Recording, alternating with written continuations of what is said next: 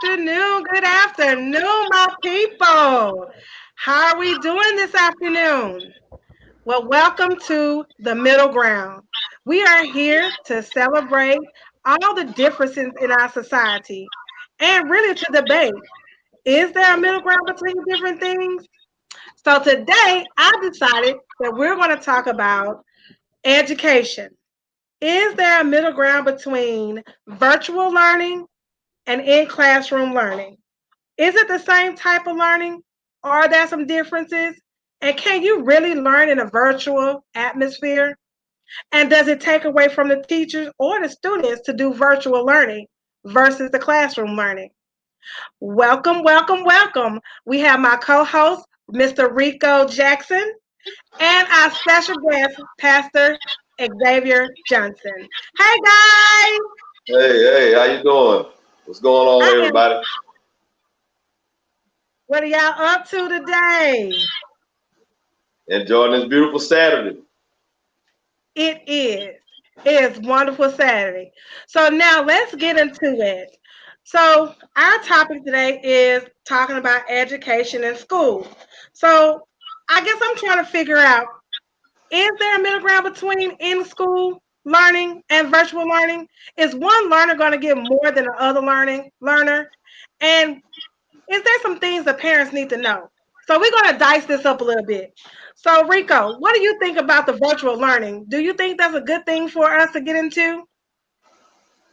Uh, that's sort of debatable. That it can be a positive and a negative, as with all things.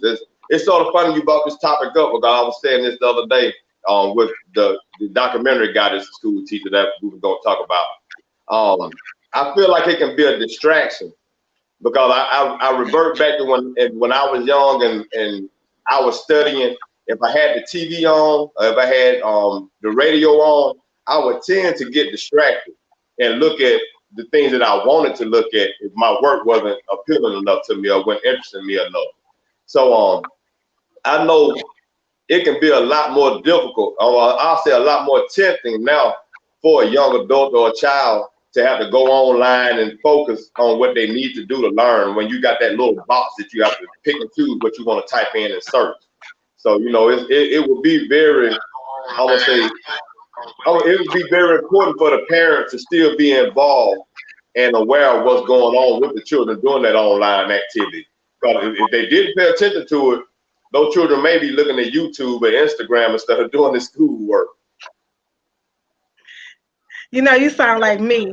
I was one of them kids that, I would say I was doing something, but I would have been doing something else. Pastor Xavier, what is your opinion about virtual learning? I'm a fan of it, man. It's something I speak for Henry County School System.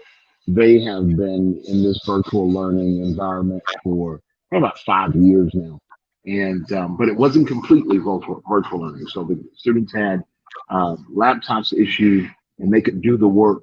Um, that's where 60, 70% of their work was done online, but they were in class with a real teacher, and the teacher was there supposedly as the expert, right? They give the information, students complete the assignments online. Where we've fallen into now, where students are having to do work at home, is interesting because this generation is not used to utilizing technology to learn. They utilize technology for entertainment, right? And so a lot of the kids that are having to sit down in front of a computer, um, as Rico alluded to, there's a discipline that goes along with that, right? That these kids haven't necessarily had to focus on. Remember, when we were growing up, computer time was used as a reward, right? Like we got on to play Oregon Trail and, where in the world is Carmen San Diego and some of these other little games. But, we had keyboarding, right? Like you guys had keyboarding classes. We had keyboarding classes. Kids now are issued laptops and they can't even type. So it definitely points to something different in the kids um, than what we had to display.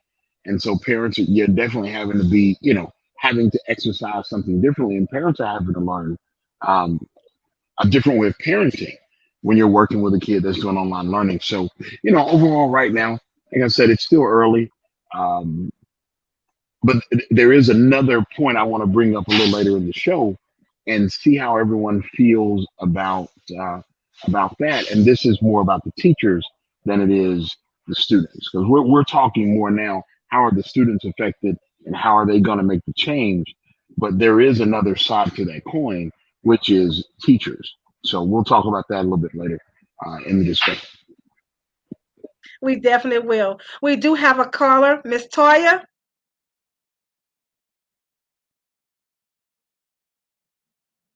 Hi, family. How are y'all? What's going on, Miss Toya with the T? Nothing much, Miss Sherry Strong. I saw that message, honey. I was like, oh, it's time for the show. Let me go ahead and get on. Yes, ma'am. So we're talking about virtual learning versus in-classroom learning. Is it the same type of learning in your opinion? Ooh, no. I don't know for those of you guys that know it, but I'm currently in online school. Been on online school for about 5 years now. And,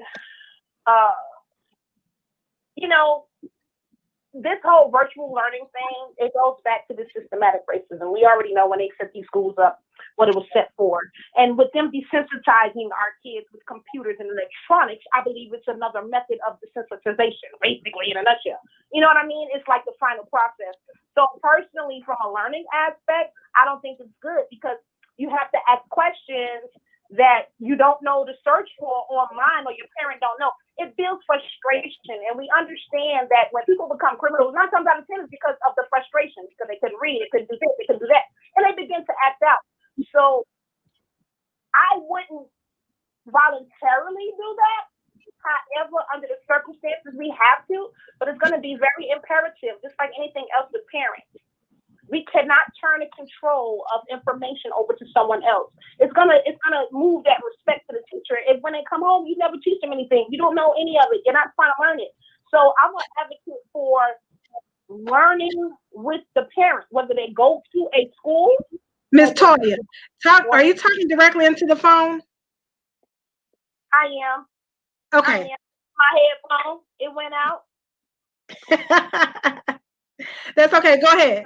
My headphone.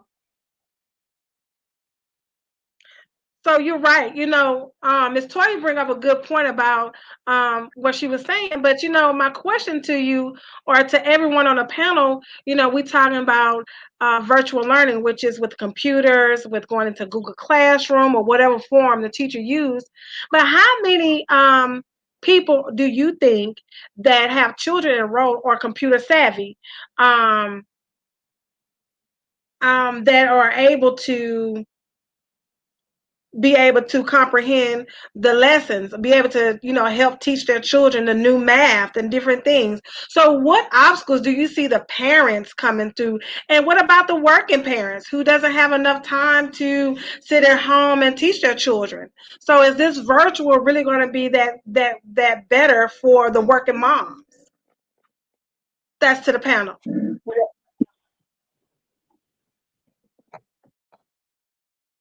Rico?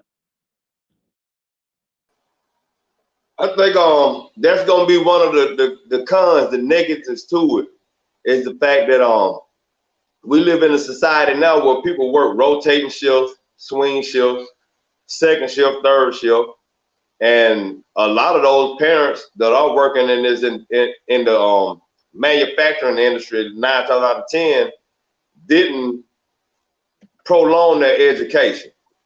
So the curriculum has changed so much now with this new math that they have. If you're not on top of that or aware with, probably just with what's going on with education anyway, trying to help your children, you're going to be a step behind. I mean, like me personally, I just learned how to screenshot about 1.5 years ago. I mean, so I would be in trouble as far as trying to catch up to what these children have to do technologically.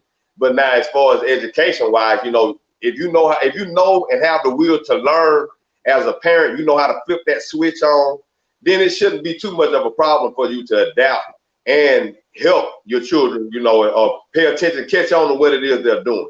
But it can be a negative. I mean, because you have to have that quality time And me personally, I feel like personal one-on-one contact does something emotionally. You know, that physical contact with a teacher or whatever does something emotionally for a child when it's personal compared to just doing it online. I mean, you don't have that personal contact. It's a little different to have people focus on you and for you to keep their interest. All right, you guys, let's debate. Call in 678-381-1973. This is the middle ground, and we are discussing virtual learning versus in-classroom learning. I would love for some of my educators to call in, parents who are struggling to help teach their children, struggling to learn about the computer, that have questions about how or they want to do the virtual learning. Make sure you share, start a watch party because this is some great information. Pastor X, what do you say to that single mom who's working and having to teach her child things that she may not understand because she didn't graduate high school? What do you say to that mom that's struggling with her child right now? Can you hear me okay? Yes, sir. Yeah. So, you know, here's the thing, guys. Our education or the education that our kids receive shouldn't really be, based on our education level, right? So the schools, most school districts, right, have taken some kind of responsibility. So when we think about online learning, it's not that they're sitting the kids down in front of the computer and saying good luck, right? The teachers are there. They have office hours. When we talk about this new math stuff, guys, there are crazy resources. If they just went to YouTube, khanacademy.com, there are tons of resources that assist the children in these things. The problem, again, and I'll restate it just for emphasis, our kids are not used to utilizing technology to be educated, right? We're used to making videos and doing the entertainment piece, but not the educating piece. So what this gives us an opportunity as parents to put our phones down, to stop scrolling on Facebook and Instagram. And if we need to learn with our children, then we learn with our children. It's not necessarily that I'm going to learn the lesson that they're doing, but I can watch a video. As my son's got um, 11th, 12th grade calculus, um, some of them classes that I did not take, I would ask them, did you have an issue with the work? And they would have to go back and teach me what it is that they learned that day. It took, I don't know, 10, 15 minutes. I just wanted an overview of whatever it is they're doing. So it is gonna cause parents to have to step up a little bit. I understand the working deal, like I get it, right? But even if you had a 5 to 10 minute conversation, oftentimes our children, if they know that they're going to be held accountable for the information that's online. I did a video and I told parents, in Henry County schools, we have something called Infinite Campus. A lot of schools use it, but it's where the parents can look at the grades, look at the assignments, communicate with the teachers. The parents are going to have to step up a little bit, and this is going to sting a little bit more than it should, but these are things that as parents we should be doing anyway. So even if we are working 2 jobs, you still should be emailing your child's teacher to find out sort of how they're doing, how they're progressing, and if there's anything you need to do as far as a parent to help the student be successful in their teacher's class. So this is where that is. What it feels like in society is that we have taken our hands off and we have left it up to the school system to educate our children. And that's not where our children should be educated first, right? They should be educated like in our homes. We're teaching those foundational pieces and those self disciplines. So when they go into the classroom, they should be literally a reflection of what's happened in our homes. So that's where I'm at right now. But I'd love to hear another viewpoint. I mean, that's great. And you're right. And look, passed it and tipped the scales and made it kind of equal because if we as parents was keeping up with our children when they were in the classroom learning, then this wouldn't be that much different. It's just been an email, a phone call, or different things. And I know my children are in virtual learning. So every teacher has given me a code to put in my phone to remind me of what assignments are due or where they are. And on different things, and I have their email address, their office hours, and there's so many links on the internet that does give resources to helping with because my daughter is taking geometry. Now I know a little bit about geometry because I took it, but I don't remember it. So it's a refresher for both of us. So we do have to get back into actually helping the teacher teach our children. So I think that's one of the similarities of the in classroom and virtual. You still have to be a part of the children's lives, but the parent become more of because the teacher are making videos. So I'm like Pastor X as well. You have children that's learning TikToks. That know all the dances to TikToks and different things on YouTube and how to create different things. So I'm just thankful that we have these resources out here. Toya with the T, you still on the line? Yes, ma'am. So what do you think about what Pastor X was saying about how there is some similarities from in-school learning and virtual learning that we as parents should have been involved in the very beginning? Yeah, absolutely. That was the end part of my last comment. Y'all probably didn't hear it, but absolutely. My thought, Black people, we come from not being able to read. You know what I'm saying? So it's not something that we can't do. But what my father did, he was like, hey, look, I only went to ninth grade, girl. I need you to pay attention. And then when you come home, I need you to teach me. But he was always active. And that is something that we are missing out on. We understand that in regular school, the parents are not fulfilling their obligations. It's going to be 10 times worse than virtual learning. But I'm going to give you something else about virtual learning that I've learned from a technical aspect. The wrong answer. And when my niece started her virtual learning in New York, they would call me from New York like, Auntie, please read.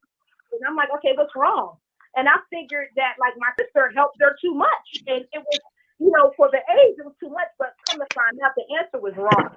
And if it wasn't for my sister, who was an educator, to be able to catch that, and then she second guessed it, she would have got that wrong.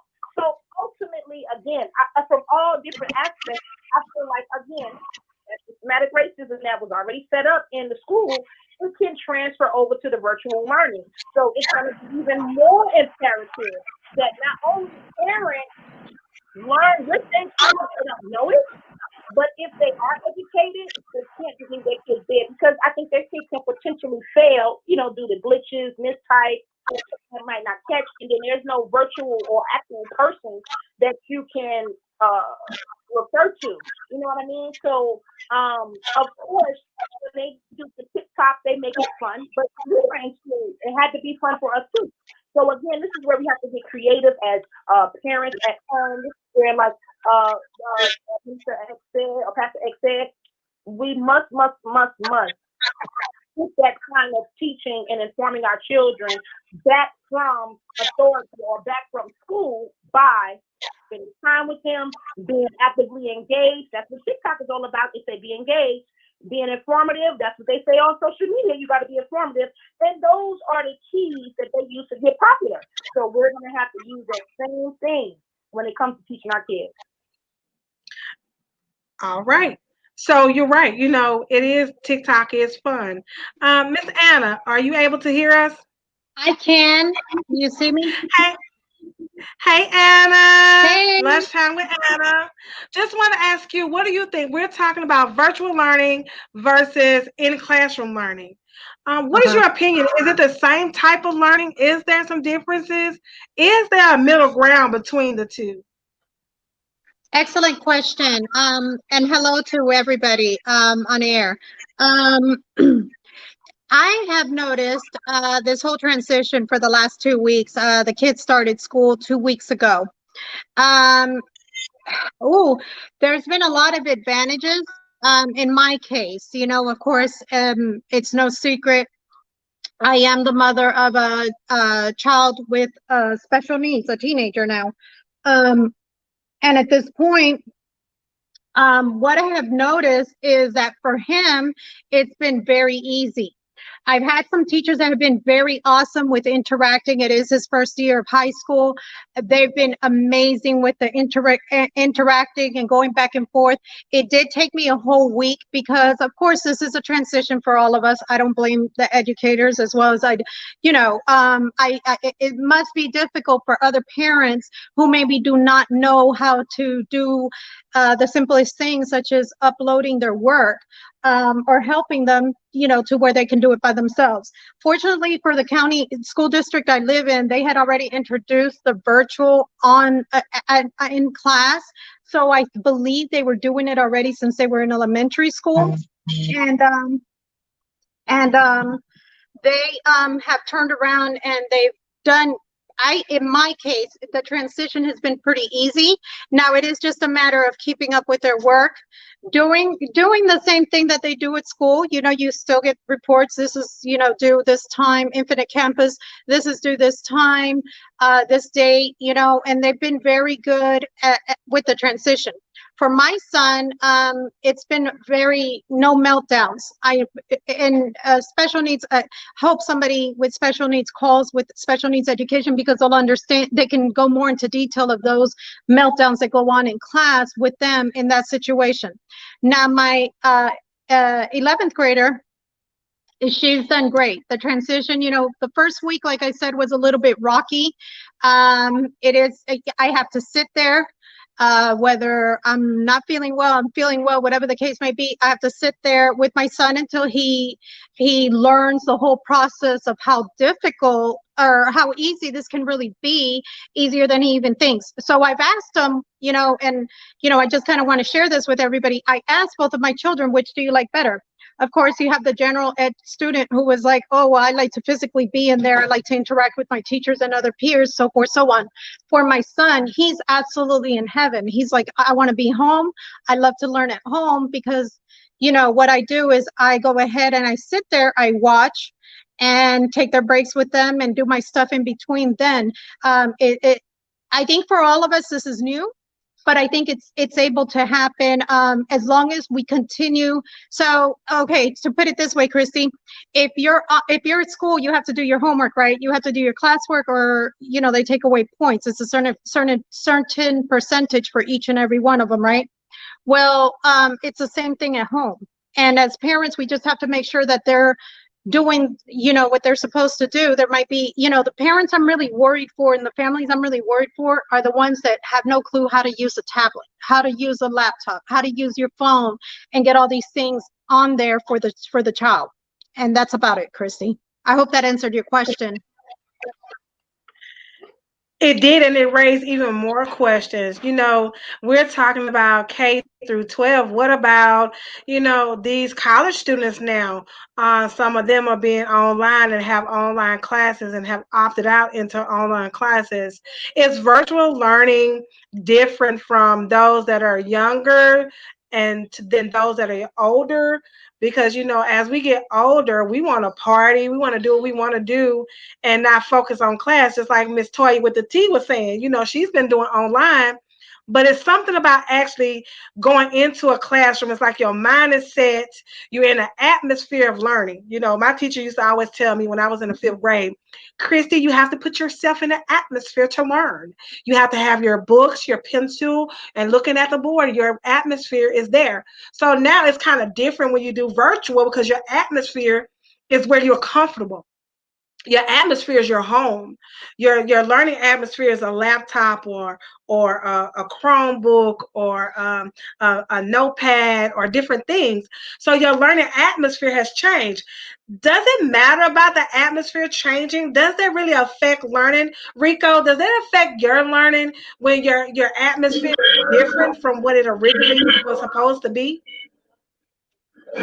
Yeah, yes, definitely. I mean, it's funny that you went there because I was thinking that the whole time since my last comment. It's like we've been knowing testing scores have been going down for the past few decades, and now with this virtual learning, is 9 times out of 10 those that were lost in that failing in or that declining in probably will increase. Or those that were, just teetering on the line of failing and passing, they're probably going to, you know, get more distracted. Now, like for, you know, I don't want to make this a race issue because it's not really a race issue. It's about a class issue. Some people's environments are their biggest distraction. Some of it is their biggest negative, most negative reinforcement they can find is their home place, their you know, their home environment. And so their escape may be school sometimes. Their escape may be going to school around other students outside of their environment that like to learn, that want to excel, that want to achieve and be positive. It was like that in most Black communities. You know, you could get around people that just have toxic masculinity that they're putting into you. You could get into a rebellious community. You get around a circle of people that just refuse to cooperate or comply. You know, they just don't want to learn for whatever reason. But it really is important. Like I'm gonna tell you what I always think about. I was a child once before. All of us were children once before. And when my childhood, I could probably count on both hands how many times I did homework my entire 12 years. But at the same time, I was an A, B student. I always made the honor roll. So what I did, I like to conserve my time and knock out two birds with one stone. I would do my homework during class. As soon as I got the assignment, I'd do it while she was talking. But most students didn't do their homework. And I could get away without doing my homework because a lot of times my parents would just ask me, you have homework? No, okay. The best answer for them to not have to do anything extra outside of what they wanted to do or needed to do was easiest. So I played them and got away with what I wanted to do. And as an adult, I remember as a child what I did. So as a parent and an adult, I know that I can't let my child do the same thing. I got to be more hands-on. I got to communicate with the teacher because my parents didn't communicate with the teacher. If it wasn't in me to want to do good, I wouldn't have done good. I could have been the worst failure because of the lack of guidance and people being, I'm gonna say, paying attention to what I had going on. Exactly. Pastor X, what do you think about that? Does the environment matter?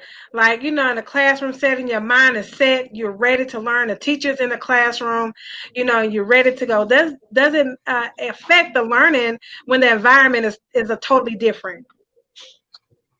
You know, it can. You know, I do serve as a sub for Henry County Schools. I've been a sub for 6 or 7 years now. It's interesting because there are some kids who, as Rico was saying, their home environment is not conducive for learning. But then they come to school and they make the environment not conducive for learning for other kids. So it's kind of a catch-22. As I put many kids at playroom, but it goes back to us having to have the conversations with our children. Guys, I'm telling you, I think it's a great parenting opportunity to let our kids know that every situation won't be conducive for what we believe should be, right? So if you're at home learning, sit down and have a little 10-minute, 15-minute conversation and ask them, what do you think is gonna, need to change with you being at home versus you being in the classroom? And you gotta set some rules and set some goals for the child, because even in a classroom, I mean, the teachers do the same thing. They expect you to come into class, sit down, raise your hand for you talk, all that good stuff.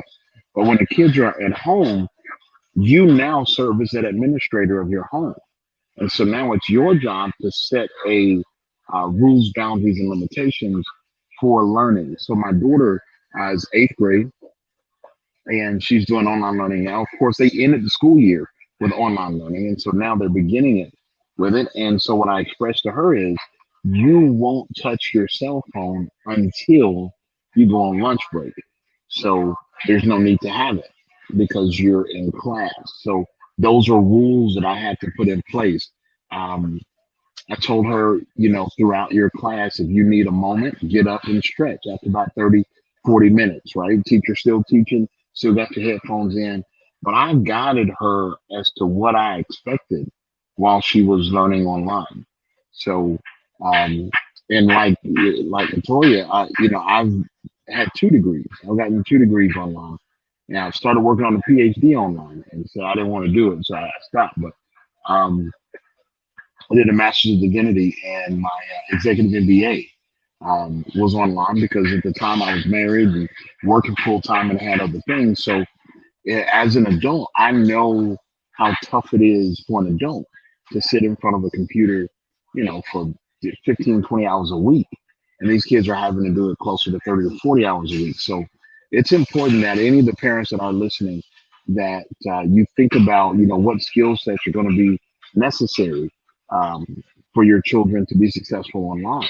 And then you have those conversations with them, because if you don't, you're just kind of leaving the kid to go drive by themselves without any instruction, and very little is going to get done. So we literally, more than ever, have to partner with our children's teachers to make sure they're doing what it is that they need to do. And if you don't know, ask the teacher, right? Ask the teacher what the kids need to do at home. Which brings me to my second point that I wanted to throw out there is, guys, a lot of school teachers, all of them, teaching in the classroom today is very antiquated. The way teachers teach is the same way that we learned 30, 40, 50 years ago. It's the exact same thing. Though society has changed, learning has changed to a degree. Um, my initial thought was, I don't know if teachers are prepared to teach online. I don't know if they know how to do that. It's not so much about the kids learning as much as it is about the teachers teaching. So you may be able to stand up in a classroom where you have control and lecture for 15 to 20 minutes, but is that really going to work with a child being at home? So that was that second piece that I wanted to throw out there is, guys, do you believe that some of our teachers are ready for this? We knew some of the issues they were having in the classroom. Do we think our teachers are prepared for this type of instruction? And my answer is no. I know in my town, a lot of the teachers would tell me like, "Hey, be patient with us. This is our first time. We have no idea what we're doing." And I think that's okay. I wasn't frustrated with it, and I wasn't upset because I understand that there is limitation and that there's a learning curve here. We're all learning as a society, the students, the teachers, and all of us are learning together. So this comes with bumps. It's going to come with bruises. It's going to come with different things as we learn. I'm looking like not for I'm looking for issues later when it come down to whether you pass or fail, or whether or not he did all the work appropriate enough to pass. I'm looking for those things. I'm looking for those barriers to keep our brown and black children back, for a different reason, because they are online and they're looking at different things, or not able to pass the LEAP test because they don't have that extra influence that they need, or the extra work that they normally would get, they're not getting. And we can't leave out the children that have disabilities, or children that have difficulties learning. Um, with the ADHD children, the dyslexia children, how are they panning with virtual learning? And we definitely have to look at those. So Pastor X have made a very good point. So I'm gonna take that back to Miss Toya with the T. How do you feel? Do you feel like the teachers are adequate enough to teach online, or they just are just going with the way things are? Well, I'm gonna touch on your last question because you asked, the environment make a difference, and I think it does not. I think it's mindset. I used to say, oh well, I can't learn like that. I didn't get learn hands on. But these last 5 years, let me tell you something. I done been homeless. I done been done it for my car. I done been at friends. I done been everywhere. But I'm so determined now. My mind is made that I'm not going to give up on school. I done failed and said I shouldn't go back. So I think it's mindset. But to answer your question, no, you're absolutely right. Teachers are human too. Just because I'm a fast food manager, that I should have customer service, but I'm human, so I might not. And for teachers the same way, you would think they know how to instruct it from in class to online, or their teaching techniques are working. But I think that if we don't understand overall, even as parents, parents because parents are starting to become teachers, I think the government should slide some of that money over to the parents because now they're the teachers. And you need to understand that, yeah, if you got multiple children, they have different learning patterns.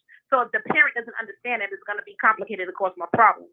Same as for the teacher. If the teacher don't understand that all kids got different learning patterns, then it's going to be complicated trying to achieve that, you know. And there's just so many layers to this education thing, and with the parents part and the teachers part, and not for nothing, like Rico said, the kids part. You know, the kid is his own little personality. They might just not want to learn it, just not want to do things, you know. So I think we have to find a common ground with our kids and find a way to make them hungry for information, period. So it can turn on that internal drive, you know, teaching to ask questions, teaching how important it is to know. So these things and these variables that we're talking about, they know how to navigate through on their own. You know, if they can't ask you, the parent, how to do something without you being emotional, how are they going to be able to ask the teacher? So, you know, all of these different things, they kind of go hand in hand. But yeah, definitely the teacher plays a major factor when it comes to getting that information across. And virtually, like you said, with them passing, I'm worried about the retention, because I know in my online school that I can cheat, okay? But because I'm a person that I feel like I never want to be a teacher, I want to do the work, and I want to win because I did what I needed to do. And yeah, I was diagnosed with a learning disability. My father did get me hooked on comics, you know, but I give me a book, and every question that come up, I write it down. You know, is it a lot? Yes, it is. But I know that's what I need to learn. So I'm doing what it takes for me to learn. And I think, you know, if we explain this to these kids and don't take it for granted, don't just think, you know, hey, they're going to have that self-drive, you know. I think that, you know, again, it all work hand in hand, and communicating with the teachers. It all. And you brought up a wonderful point. You know, you brought up a wonderful point, saying that the children are able to cheat because Google have all the answers. All you have to do is Google the question, and it'll bring up a whole workbook or whatever the question is. So cheating will be, I think, more prominent in virtual learning. Miss Anna, what do you think about the teachers? Do you think they're equipped to teach online or virtual? And do a better job in classroom than they would virtually, because that's what they've been used to doing? So my stance on that is teachers, I hear like the feedback. Teachers have been quite creative, in my opinion. So I can at least speak for the school district I'm at, which is predominantly people of color in the county I live in, which I will not say on air. However, it is predominantly people of color. I have seen some of the most creative teachers working with these kids. They all have their own teaching style. They all have their way of doing it. I am actually very proud to say that they've done it, at least the ones I've thus far encountered, they've done a pretty good job. Considering I have one that's an up and rising ninth grader, it's a big deal because he plans on going to college. So to him and to the family, school is very important. Not every household is set up the same, but, we made sure. Now, one thing I wanted to make sure of that every parent knew, at least I can speak for the state of Georgia. The kids are now on a block schedule for high school. Please keep in mind that instead of going the whole year for that same class, say, for example, algebra, you'll take it for a year. You're going to be doing it in a semester, and you're going to be getting those 4 credits or that credit for that class instead of the half a credit for the first semester. So they're moving. It's kind of like accelerated college online. So if you can do that, you can very easily turn around and, help your child get where they need to get. For me, it hasn't been very difficult at all. And like I say, and and these teachers, I can at least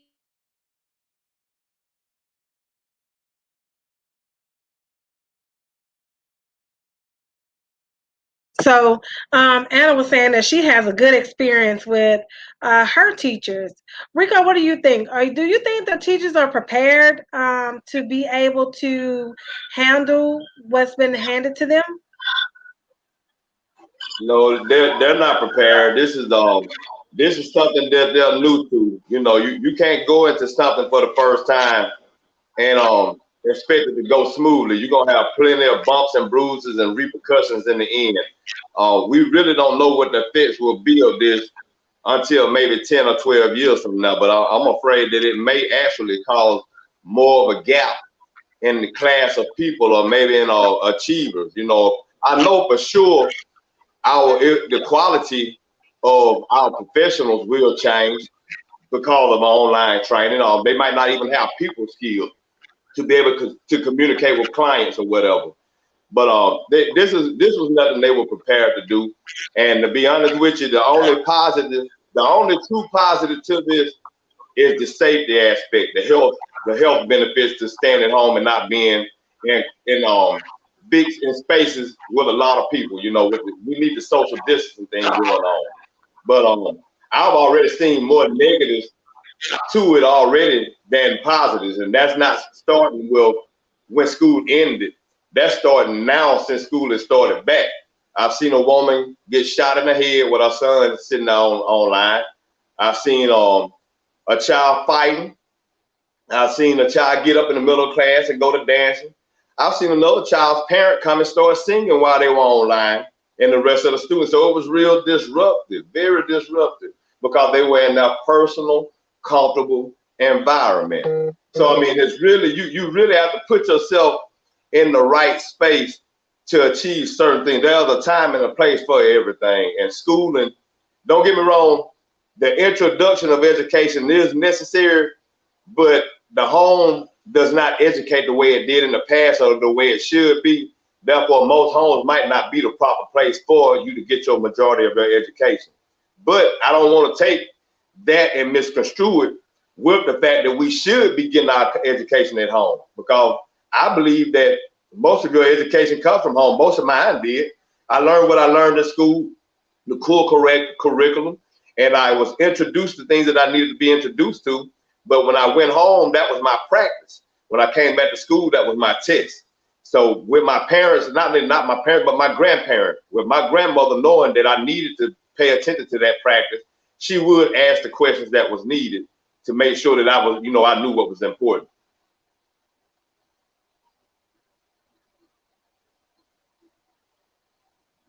About the students. We talked about the teachers. We talked about students. We even talked about the environment. And so now this last question, and this is going to be our very last question and closing remarks. Do you feel like racism will play a part in the virtual learning to probably hold our children back, to keep them from going forward? Do you think this will be a tactic that they're going to use in order to say that our children are not up to par because they have limitations and I guess tutorers, or in learning the assignments, or even turning the assignments on Google Chrome? Is there a possibility that the virtual learning will be more of a way to hold back our children than the in-classroom? We're going to Pastor X first. Yeah, thanks. Thanks for that. You know, I don't think so. You guys mentioned, I hate to push it further, but you mentioned earlier that it's easy to cheat, um, because the kids have access to Google and other resources. Guys, the reality is, if that statement is true, then our children shouldn't be held back anyway. I mean, if you have the answers right, you shouldn't be. I mean, if you fail and you got Google, you probably need to sit down. And so you might need to do this again. So that's like solving in a grocery store. So we have to be mindful of that. Is is racism always something that we'll deal with in our country, and it is, and it's unfortunate. But I think this is an opportunity. Here's the other blessing of learning at home, the distractions are actually less. They're not more. They're comfortable at home, but there are more distractions in a classroom than there ever is in somebody's house.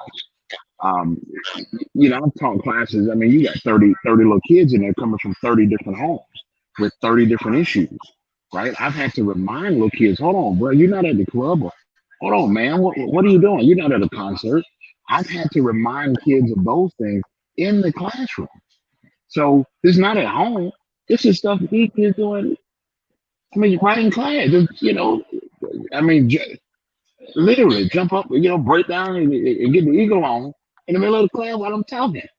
So this is an opportunity for our kids to show, for parents to remind our kids that you're awesome, that you're great, that you're set aside. This is an opportunity for less distractions, more focus to get the work done. If nothing else, to prove to themselves that they have the ability. So I would be interested in seeing, now. So that's one piece. Remind your kids that there are less distractions than what they had in the classroom, right? Not a bunch of friends and all that kind of carrying on. Like you can focus and do your work. This is very similar to in-school suspension. Because if there weren't issues in school, there would be no reason for in-school suspension. Come on now. I went to in-house. I know somebody else on this call with the in-house. Come on now. I wasn't the only bad kid. I wasn't the only one, right? So this gives our kids an opportunity to focus and get the work done. I did my best work in school suspension when I had no friends around, just me and them three little old walls in that cubicle, and I got the work done. The other thing that the parents are going to have to do, as everyone talked about earlier, you got to follow up with your child's teacher. If your child gets to the end of the first semester, as Anna's talking about, and that's the first time you find out your child is failing, you got problems parenting. That has nothing to do with the teacher. You get what I'm saying? I don't need an app to email my child's teacher. You can email that teacher every 2-3 weeks. Hey, how is little Billy doing? Is all of his work turned in? Does he have zeros? But if you're not doing that as a parent, you can't turn around and get mad when them teachers fail your kids. I don't allow my kids to do makeup work for work that they didn't turn in. Oh no, you earned that zero, and we're gonna ride out with that because that's not life. You missed they gave you an opportunity. You didn't capitalize when you need to do your work. So no, we don't do makeup work in mine. So if somebody went dead down there in the hospital, we didn't do it. So, but I'm trying to teach them responsibility and accountability. Right? This is the assignment. Get it done and get it moving. So that's all I have with that. I really appreciate it. Enjoyed this discussion. Heard some really good tips and things that I want to put in use for my own child that's in the military.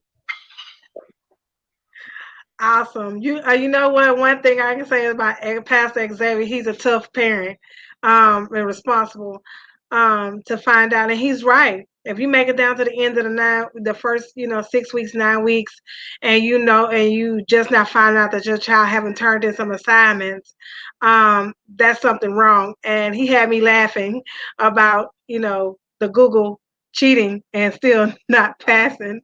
So that was kind of cute. Toya with the T, final remarks.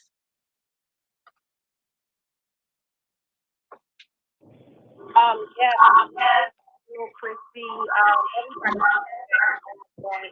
and I just think when we walk away from this, we need to understand that can racism exist? Yes, but let's just call it wickedness. I'm saying anybody that would take advantage of anyone and deny them education or the fair grade, that's just wicked. I'm saying, no matter what color you are. But if we understand all of these different variables and we explain this to our kids, no matter how young the age, I think that they just need to know, their spirit needs to know, and just explain to them, like the pastor was saying, you're great, you can do this, you can do things that I couldn't achieve. And not for nothing, I need you to come teach me. That's going to give them a responsibility. So, anybody listening to the show today, I think it's these tips and, everything that we discussed. And, send you some questions. Maybe they can send you some some questions that you can answer and get some feedback on. But I think that, collectively, everything everyone said today was great information, and we can use it to empower our kids. So great job, Christy. I love it. Great job, everybody. I did great. I love y'all feedback. To Toy with T. Rico, final remarks. I believe you asking pretty much if we felt like the things that were going on in the educational system as far as the virtual learning would have some kind of disparity toward racial intention, right? Yes, sir. I believe it does to a certain extent. I mean, I ain't gonna say that the whole entire plan was racist or has a racial intention, but I do think that it will have an impact because we have so many of okay, well, we just look at the graduation rate and dropout rate before this.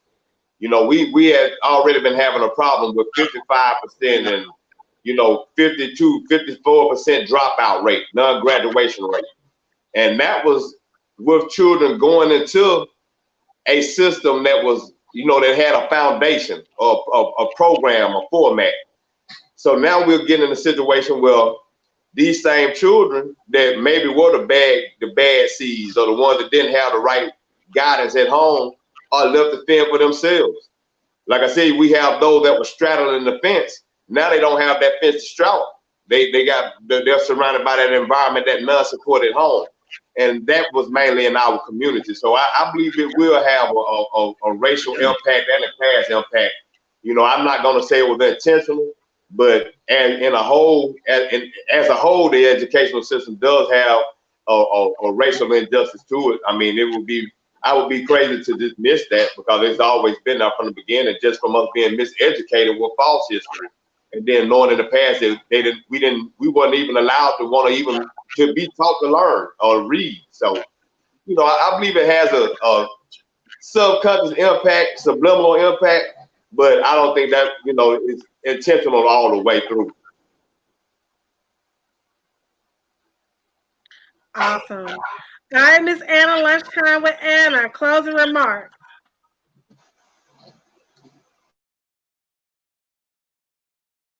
You muted. Okay, sorry about that. Everything everybody has said has been excellent. This has been a great show, Christy. I just want you to know, very educational, and this is what a lot of parents need right now. Pastor Xavier, thank you for being a parent like me. I'm one of these parents on it. There's no reason why you cannot email a teacher and let them know, introduce yourself, say, hello, I'm so-and-so, so-and-so's parent. What is it that is required from my part, and always have those teachers call you. Communication is key with everything you do. And I try to implement that in everything, and I try to show them at a young age, this is what you do to make sure, you're doing your part, when it comes to, you asked a question about failing, right? So every one of these kids' teachers, and I've actually sat there by them at least one class just to confirm that, what they've said or whatever, one point or another. I've heard each one of those 8 teachers say, if you need after school tutoring, put it on that chat and I will gladly help you with tutoring. They have no problem with helping these students tutor.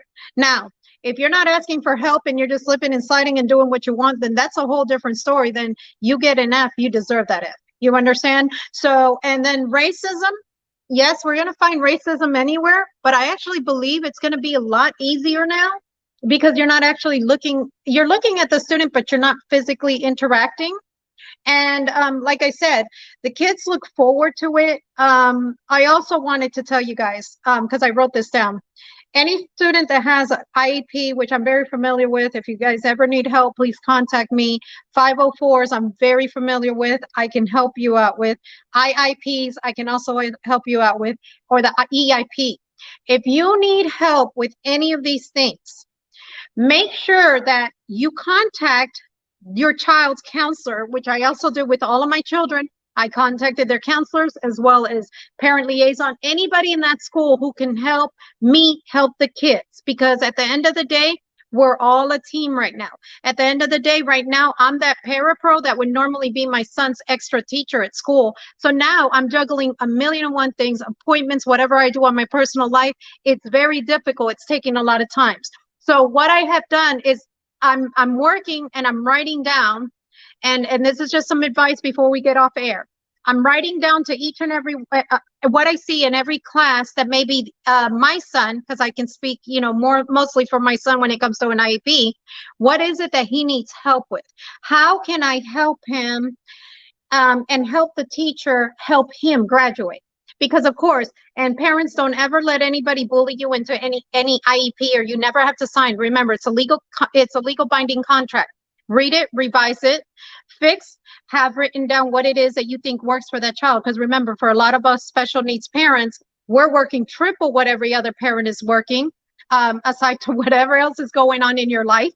We're working triple because guess what? We have to now rewrite these IEPs. People don't think about all of this because they don't see it. You're just seeing a child going to school. Some people have triple the work that you do, So, and I've explained to these teachers, I'm like, I'm only dealing with 2 children at home. One has a disability. I honestly, and I would commend those teachers. I would tell them, thank you for your hard work, because I know this transition isn't easy for any of us, Christy, and I want everybody to, kind of cope with each other, because I mean, like I said, this experience for me has not been that bad. It's just a matter of now changing IEPs. Now, how are you going to communicate in the case of somebody who has a disability? I could speak for autism because that's what, my child has. With somebody who has a disability of autism who needs to interact with other people. Now you're sitting at home and you don't have other classmates. So you can't be included in a lot of things. These things have to be removed from an IEP and redone.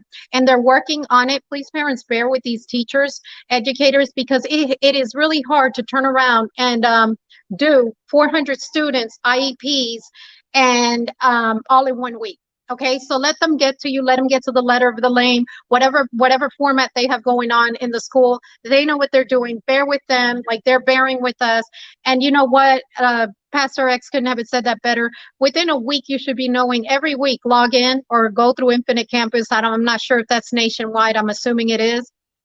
Where the school actually sends you what their grades are, what's missing, what's not, and you should be the one correcting your child, because it is not the educator's responsibility. I've always told my kids, you don't turn it in, you get the 0, that's your 0. I'm not contacting no teachers, and I've never had a problem with my kids getting bad grades. So that's it. I love you. Great show, and I love all of you guys. Thank you for having me again. To all my panel, I really thank you guys for calling in, sitting in, talking, debating, and I hope everyone listened to the points that everyone gave. Number 1, environment matters. Set a place in your house that is strictly for education. You set a desk where your computer should be, a table, so the child would know that this is a learning time. Also, let them know what you're expecting from them. Set expectations for your child. I expect you to sit there and do all your work, to look at your videos. Like Pastor X says, take a stretch between classes, but you must have a set time for each class. Just like in school, from 8 to 9, you do science. From 9 to 10, you do math. And while you're in that, engage with your child. Do you have questions? How can you email the teacher? Be very involved. If it's something that you as a parent don't know how to do, contact your teacher about extra resources, extra videos. Search Google. Type in Google if you don't know how to do geometry, vectors. Type in YouTube video on vectors and watch it with your child. Make it a learning opportunity for both of you guys. Also, all the pointers that came in. If you are a 503 or IEP, all the stuff that Anna was saying, there are resources out there to help. So virtual learning doesn't have to be so difficult. If you're a single parent, there's tutoring available through different resources. So what we're letting you know, guys, there's help out there. You don't have to do this alone. We are a society that love. We're a society in America. We're all going through this together, this pandemic, the virtual learning, the single parents, the teaching of the children. We're doing it together. And when we do it together, we can support and help each other. Even in your town, you guys can get together. You may know math and this person may know English. Get together and help each other. Have a classroom under 10 people, y'all. Have a classroom that can help. So we do appreciate everyone that have came on. We just want those partners to be made. Just know that there is a middle ground between in classroom and virtual. We have some students that are going to class. Y'all keep up the good work. Strive for perfection. Make them A's. We love you guys. Y'all have a great day. Remember the middle ground. Bye. Bye. Don't do that.